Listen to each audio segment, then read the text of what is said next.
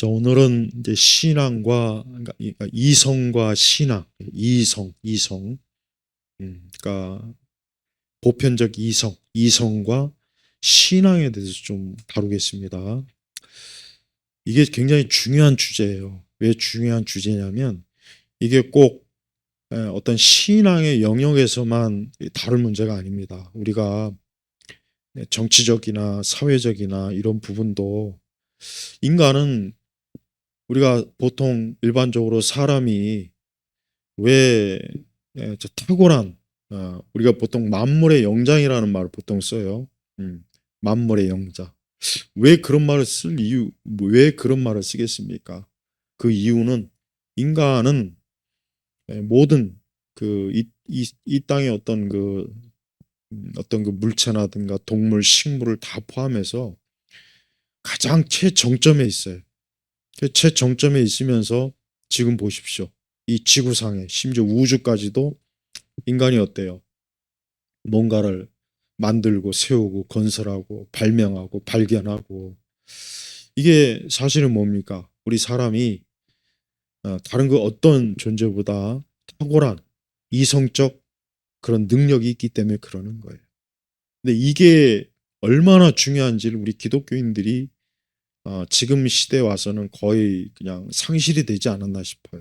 자, 우리가 처음 이제 초대 우리 기독교가 예수님께서 부활하신 이후에 우리가 사도행전을 보면 이제 그때 이제 사도들이 예루살렘 교회에서 모여서 이제 하나님께 어떤 그러니까 신앙 생활을 하고 그 이후에 이제 예루살렘에 핍박이 왔을 때 이제 그 예루살렘에 있던 성도들이 이제 흩어져 갖고 그게 이제 복음이 이제 소아시아 그쪽 또 북아프리카 그리고 나중에 이제 그게 더 이제 소아시아를 더 위로 가서 이제 그 유럽 오늘 우리 시대 그 유럽이라고 하는 곳에 이 교회가 이 복음이 선포됐단 말이에요.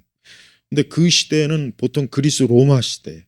근데 그리스 로마 시대인데 교회가 그 당시에 얼마나 참 초라합니까, 솔직히. 예. 사실은 뭐 로마 황제도 뭐 나사렛에서 무슨 예수라고 하는 아주 로마 황제가 굉장히 참 비웃었죠. 그 당시 또 로마의 유명한 철학자들도 기독교에 대해서 아주 참 굉장히 참 흉악하고 뭔가 아주 이상한 뭔가 우리가 지금 이단을 대하듯이 아주 참 그 유일신 다종교 사회에서 유일신이라고 하는 아주 참 묘한 그런 종교가 있다. 뭐 거기에 또 그 종교의 교주는 예수라고 하는 그 무슨 총구석에서 이상하게 뭐 외치는 사람이다.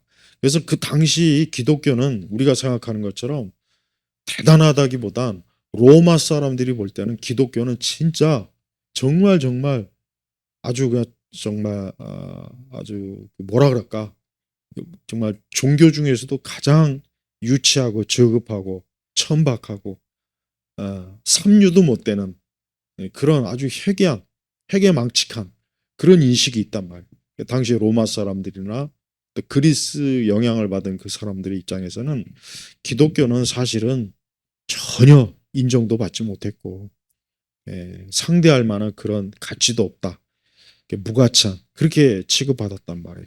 그런데 기독교가 로마에 전해진 지 거의 300년 지나서 이제 나중에 이제 콘스탄틴이 결국 기독교를 로마의 어떤 국교로 아주 완전히 그냥 그 정말 로마의 그 모든 이교들을 다 이제 접수하고 기독교가 어떤 로마의 공식적 종교가 돼서 그 로마가 이제 당시 나중에 이제 그 기독교 전역에 5대 광구가 있어요. 5대 광구. 뭐 콘스탄티노플, 예루살렘. 그다음에 이 로마가 그 5개 중에 가장 최고의 그 지위를 차지했단 말이에요. 그래서 이제 오늘날 로마 카톨릭 교회가 이제 그 뿌리가 있는 거예요. 그러면은 자 봐요.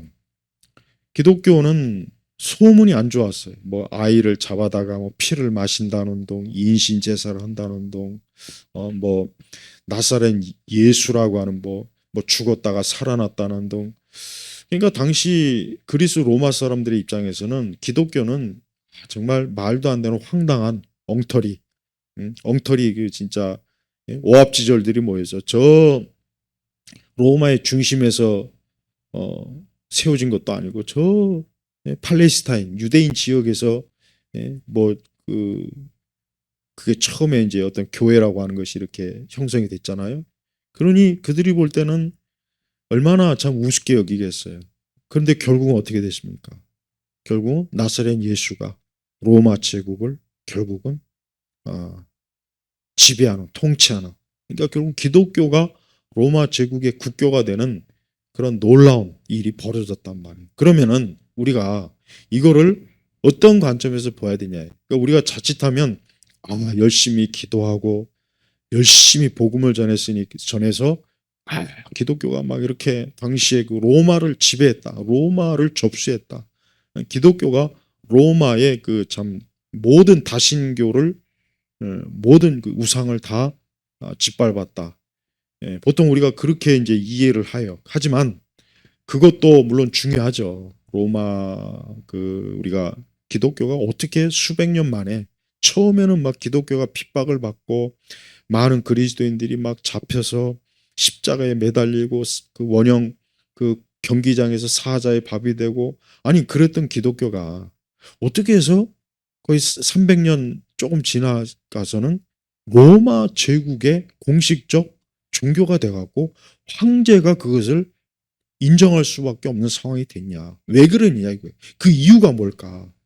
여기서 꼭 빼놓을 수 없는 게 있어요. 뭐냐. 기독교가 이성적이기 때문에 이성의 바탕을 둔 종교이기 때문에 그러는 거예요. 이거 굉장히 중요합니다. 자, 이런 고대 세계는 특히 그리스 로마 세계가 우리가 뭐 그리스 로마가 철학이니 건축이니 뭐 굉장히 정치 제도가 발전하고 물론 보통 그렇게 알고 있지만 그러나 그 이면에는 굉장히 미신적이고 비합리적이고 이성이 아닌 이성적 그런 판단이나 이런 것들이 상당히 부족한 그러한 그 시대였단 말이에요. 그 시대 사람들이. 그래서 많은 미신에 두려워하고 또 많은 사람들이 다종교의 문화에 이렇게 깊이 빠져 있기 때문에 여러 종교를 가지고 여러 신을 막 자기 나름대로 모시고 그렇기 때문에 그 당시에 그 사람들의 사고 방식이나 이런 부분은 굉장히 어때요? 사실은 인간의 굉장히 중요한 이성과 합리성을 굉장히 참 뭐랄까 아주 그 좀 뒤떨어진 그런 시대였단 말이에요. 그런데 기독교라는 종교는 이성의 바탕을 두고 이성을 멸시하지 않은 거예요. 기독교라고 하는 종교 자체가 그냥 하나의 그저 뭐 하나님을 믿는 그 신앙의 테두리 안에서 그냥 그게 전부가 아니라 기독교는 체계적이고 합리적이고 이성적인 그런 바탕을 기독교가 가지고 있는 거예요. 왜? 기독교 자체가 그냥 막연한 어떤 신비주의적 어떤 몽상가적 종교적 환이나 열정을 가지고 막연히 종교가 세워진 것이 아니고 기독교는 철저하게 역사적 바탕 하나님께서 세상을 창조하셨고 하나님께서 세상을 창조하셨기 때문에 이 세상은 그냥 어떤 우연이라든가 그저 되는 대로 그때그때 또 그리스 신들은 얼마나 변덕이 심해요. 제우스가 얼마나 변덕이 심합니까? 자기 마음대로 그냥 충동적이면 그때그때 막 그래서 그리스 로마 신화를 읽어보면은 굉장히 그 신들이 어때요? 조잡하고 변덕이 심하고 갑자기 화도 내고 뭐 아주 그냥 그 신의 그 어떤 권위라기보다는 그 신들이 굉장히 어때요? 사람들의 그 타락한 본성을 아주 그대로 물려받았단 말이에요. 그래서 그리스 로마 신화는 읽어보면 재미는 있어요. 재미도 있고 흥미진진하고 각 신들이 막 그 어떤 자기 그 신들의 특성, 그 신들이 하는 일, 그 신들이 벌이는 그 오만 사건, 사고 치는 거 보면은 그리스 로마 신화는 이제 재미있단 말이에요. 엄청 재미있어요. 근데 그리스 로마 신화 읽어보면은 거기에 바탕이 뭐가 있습니까? 거기에 뭐 합리적인 뿌리가 있습니까? 뭐가 있습니까? 그게 없다고요. 근데 기독교는 어때요? 기독교는 하나님께서 하나님 자신이 어때요? 완전한 지혜와 지식을 가지고 계신 분이기 때문에 하나님께서 그냥 하나님을 믿는 사람들이 이제 오합지졸, 충동적이고 감정적이고 그냥 되는 대로 그때 하나님 그거를 절대 하나님께서 요구하지 않아요. 그래서 하나님께서는 이스라엘을 어때요? 법으로, 출애굽 이후에 하나님께서 이스라엘을 어떻게 인도합니까? 법으로 인도하죠. 그래서 십계명을 주고 율법을 줘서 하나님은 이스라엘 백성들을 법으로 인도해요. 법으로. 이 법으로 인도한다는 게 뭡니까? 체계가 있고 합리적이고 그리고 그 형식이 딱 잡혔다는 거예요. 그래서 유대 기독교가 왜 이게 굉장히 참 인류 문명 역사에서 중요하냐면 이 유대 기독교는 인간이 이성적 사고와 체계적 생각 그로 인해서 이 세상을 체계적으로 이해하고 또 발견하고 발명하고 만들 수 있는 그 기본 바탕을 기독교가 제공한 거예요. 거기에 반해서 그리스 로마의 그 이교도적인 배경에서는 그런 게 없어요. 그래서 그리스 로마 신들은 어떤 하나님께서는 질서가 있고 하나님께서는 시작과 끝이 분명하고 하나님께서는 하나님의 백성들에게 요구하시는 뚜렷한 법을 가지고 하나님이 이끄는데 그리스 로마의 신들은 전혀 그런 게 없단 말이에요. 그러니까 어때요? 기독교는 그 당시 그리스 로마의 그 시대 무질서하고 체계가 없고 비합리적이고 특히 미신, 굉장히 그 미신과 그로 인해서 온갖 악습, 악풍 이런 것들이 가득 깔려 있단 말이에요. 근데 기독교는 어때요? 그런 게 없는 거예요. 그러니까 기독교는 사람을 어때요? 그 생각하는 것부터 모든 일을 어때요? 하나님의 법에 맞추도록 하니까 이 사람이 어때요? 규칙과 질서가 있는 거예요. 그리고 일단 미신을 배제해. 미신. 그러니까 알지 못하는 두려움에 인간이 떨지 않게만, 무서워하지 않게 하는 거예요. 근데 여러분 그리스 로마 사람들은 굉장히 미신에 두려워하고 떨고. 여러분 우리나라 조선시대 사람들도 똑같아요.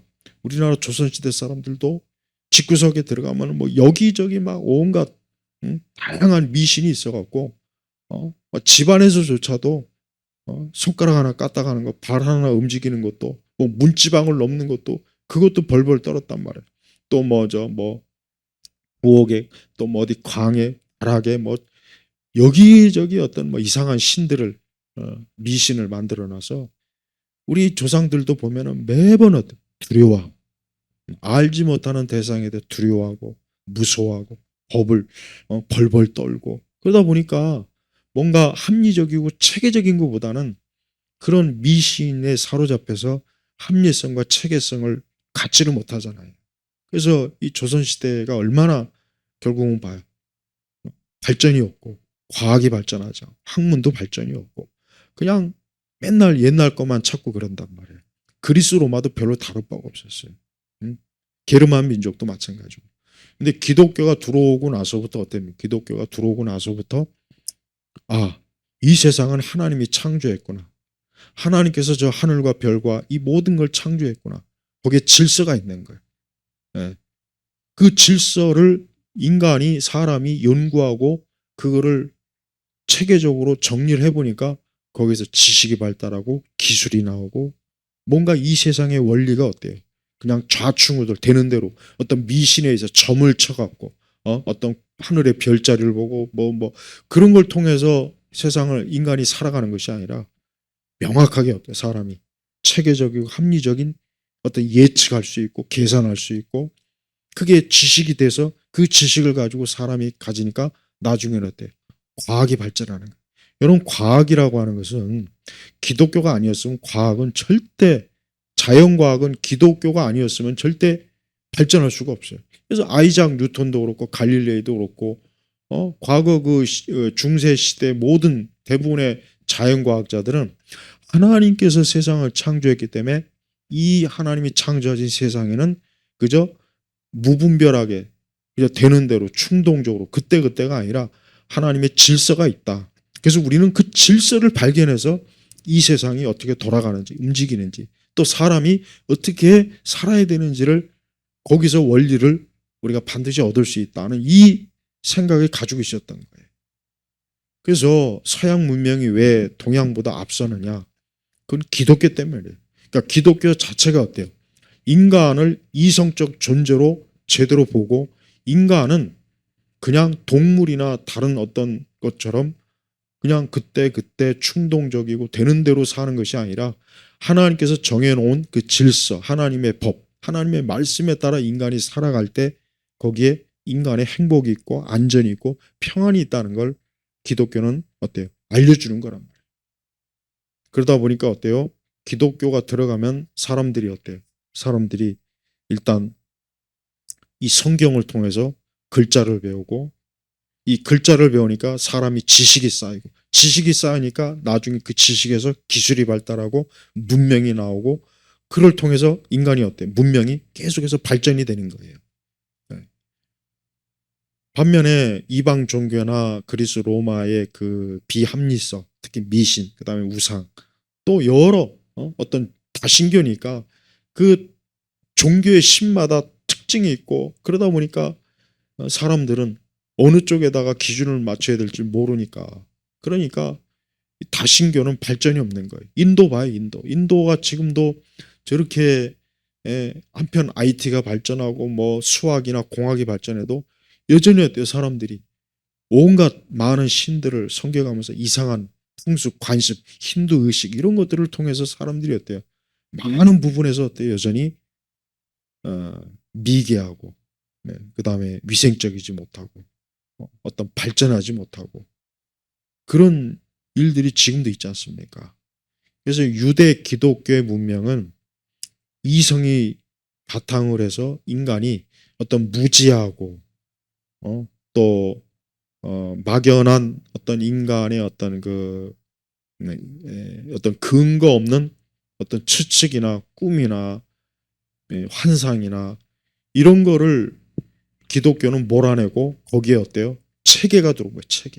체계가 들어오니까 사람들은 그 체계를 지키고 따르다 보니까 사람이 개인도 발전하고 사회도 발전하고 국가도 발전하는 거예요. 그래서 왜 기독교 이성과 신앙이 왜 중요하냐? 신앙은 일단 신앙이라고 하는 것 자체가 사실은 엄밀히 얘기하면 이게 영적인 건 맞아요. 그러나 영적이라고 해서 무작정 그것이 이성과 합리성을 배제하면 어떻게 됩니까? 우리나라 무당 봐요. 우리나라 무당. 아까 또 얘기했지만 명리학, 그러니까 사주팔자 보고 한 사람의 어떤 뭐 그런 것들을 막 그 생년월일 뭐 몇 시 언제 나가지고 그것도 영적인 거지만 어때요? 거기에는 이성과 합리성이 없잖아요. 없다고. 그러니까 그런 거를 쫓아가다 보면 결국은 어때요? 결국은 발전이 없어요. 발전이 없고 사람은 계속해서 무지한 상태로 그냥 무지몽매해가지고 알 수 없는 알지 못하는 것에 대한 두려움. 그러니까 사람이 두려움과 그런 알지 못하니까 뭘 하려고 해도 할 마음도 없고 생각도 없고 의지도 없는 거예요. 근데 기독교는 어때요? 하나님이 세상을 창조했고 그 하나님이 창조하신 세상은 하나님의 계획과 뜻이 있다. 그래서 우리는 그 하나님의 뜻과 계획을 발견하고 그것을 찾고 그런 와중에 우리가 이 세상을 어때요? 발전시킬 수 있다는 이런 생각이 있는 거예요. 그래서 서구 세계는 어때요? 계속해서 뭔가 발전하는 걸 저들이 발전. 문명이 발전하고 뭔가 개척하고 개척 정신이 강하잖아요. 유럽 사람들이 개척 정신이 강해서 바다를 건너서 결국은 아메리카도 발견하고 남미도 발견하고 뭐 근데 동양은 어때요? 개척 정신이 없는 거야. 그냥 정주하는 거야. 앉아서 정주해. 하지만 유대 기독교의 문명은 뭐냐? 유대 기독교는 하나님이 만드신 이 자연, 세계는 하나님께서 정해놓은 질서가 있기 때문에 우리는 그 질서를 따라가면 된다. 이런 뭔가 사람들을 움직이게 하는 게 있어요. 그래서 지금도 여러분 보세요. 지금도 이 세상을 움직이는 모든 중요한 것들은 다 어디서 나옵니까? 서구 세계에서 나오잖아요. 컴퓨터, AI, 인공지능, 그 다음에 또 어떤 인간의 몸을 탐구하는 의학, 그 외 어떤 공학 이거 다 어디서 옵니까? 서구에서 오잖아요. 서구에서. 그럼 왜 그게 오냐 이거예요. 그 우리가 왜 같은 사람인데, 똑같은 사람인데 왜 동양에서 안 오고 왜 서구에서 오냐 이거예요. 중국에서 최초로 화약과 종이, 나침판이 발견됐어요. 중국에서. 그런데 정작 그것을 발전시켜서 그것을 이용해 갖고 대륙을 지배하고 문명을 이룬 것은 어디입니까? 서양이에요. 서양. 서양이란 말이에요. 사실 우리나라도 그 조선시대에 과학이 없었던 건 아니고, 조선시대 우리나라 뭐 이런 천문학이라 이런 게, 또 우리가 이제 종이를 우리도 굉장히 뭐 인쇄술 굉장히 우리가 발달했자고 이제. 근데 우리는 딱 그 좋은 걸 발명하고 하다가 그냥 멈춰버려요. 발전이 없는 거예요. 발전. 네, 정주해 버리는 거예요. 우리도 만약에 우리나라도 계속 뭔가 좋은 것이 있었을 때 발전했더라면 훨씬 나았을 거란 말이에요. 근데 그렇지 못하잖아요. 세계 최초로 인쇄술을 발명하고 뭐합니까? 그걸 가지고 책도 많이 내지도 않지만 기껏 해봐야 불경이나 뭐 유학사정이나 몇 권 뽑아내지. 그렇지만은 서양은 구텐베르그가 인쇄기를 발명해서 뭐예요? 성경을 찍어내죠. 거기다 온갖 학자들의 책을 찍어내고 문학을 찍어내고 예술. 그러니까 지식이 발달하니까 발전할 수밖에 없는 거예요. 기술이. 근데 그게 어디서 오는 거냐? 기독교란 말이에요. 그래서 서양 문명은 기독교가 결국은 어때요? 이 세상을 발전시키고 이 세상을 체계적으로 연구할 수 있고 관찰할 수 있고 거기에서 과학이 나오고 거기에서 지식이 발달해서 우리 사람들을 어때요? 더 좋게 만드는 거야. 그리고 지금도 마찬가지예요. 지금도 나는 우리 교회를 보면은, 내가 우리 기독교 자체를 보면은 내가 정말 너무 안타까운 게, 우리 기독교는 이성을 중요시 여기질 않아요. 내가 이게 너무 안타까워요. 이건 교회마다 보면은 어떤 이성적 관점에서 신앙생활을 하려고 하는 게 전혀 없어요. 전혀 없어. 그냥 교회에서 자꾸 감성주의적인 그런 패턴으로 자꾸 교회가 움직이고 교인들이 거기에 맞춰 신앙생활하고, 그러다 보니까 말씀이 배척이 돼버리고, 말씀을 정말 체계적이고 교리적으로 배워서 내 신앙을 아주 견고하게 형성하려고 하는 것보단 그런 게 없는 거야. 그냥 신앙생활을 감정으로 하는 거예요. 감정. 내가 예전에 감정의 노예란 칼럼을 쓴 적이 있어요. 감정의 노예. 네? 그냥 기독교라는 게, 아니 원래 기독교는 그게 아닌데, 살아계신 하나님이 인격적인 분이고 전지전능하시고 그분은 인간의 삶이 무질서하지 않게 체계를 세워주신 분인데, 왜 정작 교회는 어때? 교회라고 하는 것은 오히려 교회 안에 있는 사람들이 더 뭔가 모르게 세상 사람보다 훨씬 더 맹목적인 거예요. 이 맹목적이라는 게 뭐냐면 알지 못하고 신앙생활하는 거예요. 알지 못하고. 옛날에 우리나라 처음에 기독교가 초기에 들어왔을 때는 똑똑한 사람, 많이 배운 사람, 교육을 많이 배운 사람이 교회로 왔어요. 왜? 교회 가니까 글자를 가르쳐주고 배우고 성경을 공부하고 이런 게 있으니까 너무 좋은 거예요. 거기에 반해서 다른 종교들은 맨날 가서 의식이나 치르고 뭐 맨날 그 당시 뭐 유교, 불교, 무속 뭐 이런 데는 맨날 가면 그냥 의식이나 치르고 뭐 절이나 하고, 그러니까 배운 사람들이 그런 데 가면 아우. 근데 교회는 어때? 교회 가니까 책상에서 공부도 하고 책도 읽고 성경을 연구하고 인간의 이성과 지식을 발전시키기가 좋아했단 말이에요.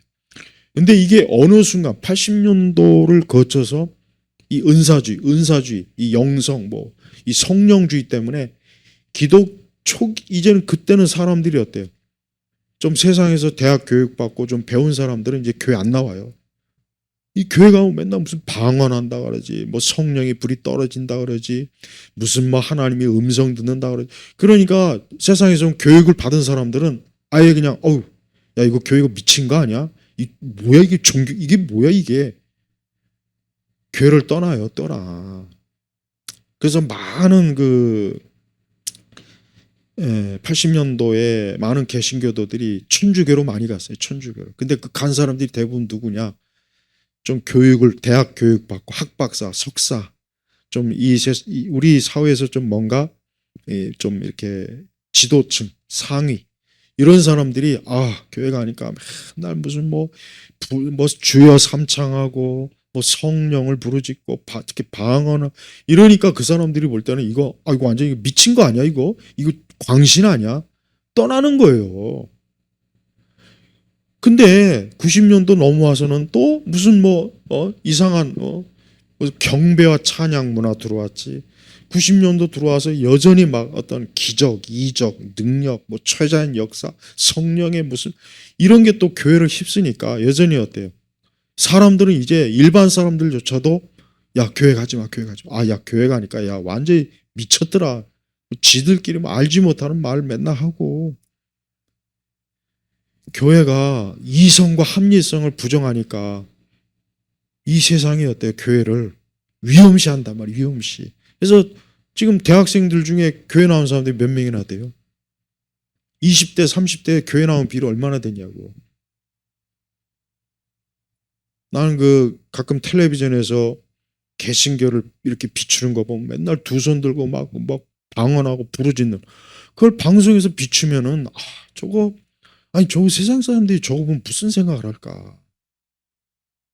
우리가 세상 사람들이 어떻게 볼까? 그걸 지금 두려워하는 게 아니에요. 중요한 거는 교회가 왜 하나님에 대한 믿음과 신앙의 활동을 왜 그런 열광주의, 감성주의, 왜 그런 감각주의에 팔아넘겨버려 가지고 초기 기독교가 이성적 관점에서 모든 이교도들과 이교 문화, 이교 미신 관습을 싹 다 정리해 줬는데 이게 어떻게 된 게 거꾸로 돼가지고 이제는 거꾸로 돼가지고 교회가 막 미신적 망상, 잘못된 열광주의, 감각주의 여기에 빠져 있으니 교회 안에 있는 사람들이 생각을 할 줄 모르고 성경적으로 분석할 줄도 모르고 내가 이 세계관을 왜 하겠습니까? 내가 이 세계관을 벌써 10몇 년을 했어요. 세계관을 내가 개척할 때부터 세계관을 했다. 왜 하겠습니까? 기독교라고 하는 것은 사람을 관점을 성경적 관점으로 바꿔주고 지적으로 바꿔주고 기독교를 지성으로 이해하는 그거를 가지고 있어야 그래야 우리의 신앙이 이게 제대로 자리 잡히지. 이런 거 없이 그냥 맨날 교회 가면 어느 교회를 가든 다 봐요. 그리스도인들이 책을 얘기하고 문서를 얘기하고 그리스도인들이 좀 성경에 관한 지식을 얘기하고 그런 걸 얘기해야 되는데 맨날 가면은 젊은 애들도 경배와 찬양에 빠져 있지. 나이 든 중장년은 은사주의에 빠져 있지. 이러니 교회가 어떻게 되겠습니까? 세상은 지금 AI에다가 챗 GPT에다가 인공지능에다 세상은 지금 저렇게 나가는데 우리 교회는 언제까지 우리만의 종교적 그 열광주의에 빠져갖고 언제까지 그러고 있냐고요. 여러분 교회가 전도가 안 되고 교회가 왜 우리 한국 사회에서 점점 이 교회가 축소화되는 이유 중에 하나가 다른 것도 있지만 교회가 반지성주의, 반이성, 비합리성으로 자꾸 교회가 나아가니까 이 세상에 있는 사람들도 교회가 이게 교회가 좀 뭔가 종교적 광신에 빠져 있구나 하는 거를 저들도 어때요? 그게 거부감이 심한 거예요. 여러분 누군가를 예배당에 데려왔어요. 전도했어요. 그랬더니 막 그 사람한테 교회 주여 삼창하고 할렐루야 아멘하고 성령이 역사했다. 하나님의 영이 기름 부음이 있다. 하나님의 음성 들었다 꿈에. 그러면 그 사람이 과연 교회를 과연 그 사람이 교회 다니고 나오겠습니까? 안 나옵니다. 안 나와요. 교회를 나왔을 때 그 사람에게 우리의 이 성경 진리 계시를 통해서 그들이 하나님의 존재, 하나님의 활동하심, 구속의 사역, 구원의 복음을 그들이 접하는 게 우선이지. 그렇게 해야 그 사람들이 이와 같은 것들에 대해서 호기심, 지적 호기심, 이성적 합리적 관점으로 이 기독교를 먼저 봐야 되겠구나. 이런 마음이 들게 해야죠. 그냥 오자마자 그냥 딴따라들 기독교 딴따라들 그냥 북치고 장구치고 일렉 기타에다가 춤추고 노래하고 떼거리로 나와가지고 뭐 지들끼리 나와서 막 마이크 잡고 서로 이게 무슨 노래방도 아니고 거기 그것뿐이겠어요. 특히 방언. 이게 무슨 방언은 제발 좀 방언 이것 때문에 교회 안 나오는 사람들 많아요. 그거를 일반 사람들이 어떻게 생각하겠냐고. 아니, 성경에서도 사도행전에서도 잘못 오해하면 술 취했다는 오해를 받을 수 있다고 할 정도로 그 성경적 방언도 아니고 사실은 그 혀꼬부라진 소리 외국어가 아니잖아요 그게. 우리 한국교회는 이 반지성주의 때문에 배도 배교로 나가요. 반지성주의다 보니까 신학도 교리에 무지한 목사 신학자들 당연히 뭐 일반 성도들 말 것도 없이 그러니까 그런 은사주의에 속고 영성주의에 속고 WCC에도 WEA에도 속고 이런 심각한 영적 배도 배교 어떤 신비주의 잘못된 신비주의 이런 것들이 막 물밀듯이 이게 사실은 악령의 역사인데 그것도 분별 못하고 이 복음조차도 복음에 대한 바른 이해가 또 지적으로 딸리니까 이게 잘못된 다른 복음인데 이걸 복음이라고 붙잡고 있으니 그러니까 반지성주의는 여러분 기독교하고는 절대 맞지 않는 거예요. 그래서 교회가 도대체 언제까지 교회가 이런 감성과 열정주의에 사로잡혀가지고 도대체 언제까지 그럴 수 있겠나? 언제까지? 그러니까 여러분 세상에 왜 점점 젊은 사람들이 교회 안 오고 교회 나간다고 하면은 아예 손을 접고 교회라고 하는 거 딱 벌써 이미지 자체가 우리가 저 신천지나 뭐 우리가 저 이단들 생각할 때 우리 생각이 딱 드는 생각이 뭐예요? 벌써 딱 거긴 아니야 이러죠. 여러분 세상의 불신자들이 교회 생각할 때 딱 그렇게 합니다. 그걸 좀 알아야 돼.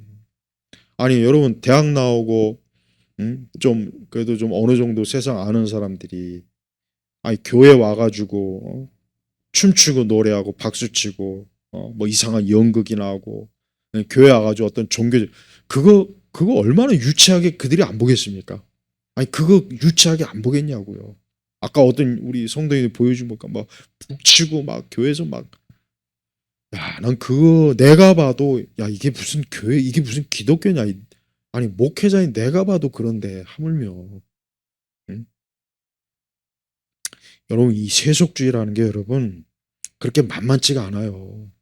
세속주의라는 게 뭐 우리가 뭐 몇 마디 하고 뭐 몇 마디 신앙적인 말하면 그 사람들이 꾹뻑 절하고 이제부터 하나님 믿겠습니다. 그럴 것 같아요.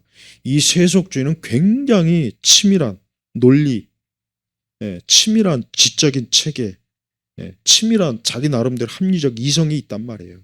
근데 그런 세속주의를 그러면은 우리가 성경적 진리의 관점으로 지적으로 먼저 이겨야지. 그러지 않고 언제까지 뭐 뜨겁게 기도해라, 뭐 뜨겁게 찬양해라, 뭐 열정적으로 예배해라. 이걸 가지고 세속주의를 이길 수 없어요. 우리나라 교회는 그 C.S. 루이스 같은 그런 부류도 사실은 나는 별로 뭐 못마땅해. 셰퍼 같은 사람이 더 이게 환영받아야 되는데 C.S. 루이스 같은 사람이 환영받는 건 난 이것도 참 문제가 있다. 이거는 뭐 내가 다음에 얘기했지만 기독교가 올바른 지적 체계를 무시하면은 어떻게 되느냐? 결국은 기독교는 어때요? 이방 종교가 되는 거예요. 초기 로마 시대 때 복음이 전에 기독교는 다른 거 없어요. 하나님의 말씀을 체계적으로 가르치는 거예요. 그래서 바울도 로마서 맨 끝부분 봐요. 2년 동안 자기 셋집에서 부지런히 말씀 가르쳤잖아요. 바울은 가는 곳마다 어때요? 바울은 가는 곳마다 말씀을 가르쳤어요. 지적으로. 바울이 무슨 경배와 찬양했습니까? 무슨 은사 쇼였겠어요?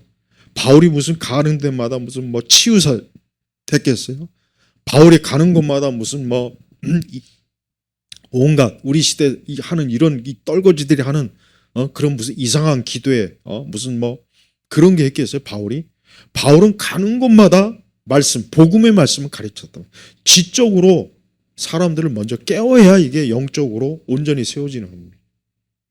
근데 우리 한국 교회를 보면은 전반적으로 그냥 어쨌든 막 뭔가 열정적으로 막 뜨겁게 막 방방 뛰는 교회들이, 그런 데들이 사람들이 많이 모여요. 그러니까 우리나라 사람 자체가 이게 기질적으로 그런 걸 좋아하거든. 무속 기질이 있으니까. 그러니까 한국 교회가 봐요. 점점 우리나라 교회 역사를 보면 가면 갈수록 이게 이전 시대보다 더 못해요. 이전 시대보다 더 말씀에 무식하고 말씀이 없고 설교도 그냥 개떡 같고, 점점 더 뭔가 그냥 사람들을 막 감정으로 막 움켜잡는 것만 있지, 하나님의 진료로 사람을 올바로 이렇게 세워주는 거는 점점 없어지고 점점 없어져. 하여튼 우리 한국 교회는 참 진짜 이게 이 반지성주의, 그러니까 교회가 원숭이들이 모인 종교 놀이터가 되지 않나, 그 생각이 정말 들어요. 오늘 그 세계관 부 제목으로 원숭이들이 모인 놀이터라고 꼭 이렇게 넣어줘요. 저는 우리 신앙생활하는 분들이 꼭 알아야 돼요. 어느 교회에서 신앙생활하던 여러분의 머릿속에 하나님의 진리가 체계적으로 들어가 있지 않다면 여러분의 신앙은 100%다 그냥 뻥일 겁니다. 100% 뻥이라고 나는 확실하게 생각해. 여러분들이 아무리 찬송할 때 눈물을 흘리고 뭐 박수가 나오고 아무리 찬송할 때 가슴이 막 뜨거워도 여러분의 머릿속에 하나님의 진리가 없다면 그 신앙은 그냥 가짜 신앙이에요. 가짜 신앙. 그러니까 그거 꼭 알고 자신의 신앙이 어떠한 신앙인지 꼭 좀 한번. 그러니까 기독교가 이성을 무시하면은 그건 나중에 신비주의로 가고 반드시 이교, 이방 종교로 간다는 거 확실히 알아야 돼요. 그래서 카톨릭도 지금 저런 거고 우리 개신교도 지금 딱 이렇잖아요. 아무튼 나는 개신교는 내가 수십 년 동안 지켜봤지만 내가 안타까운 게 너무 많아요. 야, 정말 알아야 될 하나님의 진리의 말씀은 가르치지 않고 배우지 않고 맨날 교회 와서 그냥 뜨거운 것만 가르쳐. 뜨거운 것만 그냥 맨날 그 뜨거운 거는 조금 지나면 식어버리잖아요. 그 냄비 신앙. 네. 자, 마치겠습니다.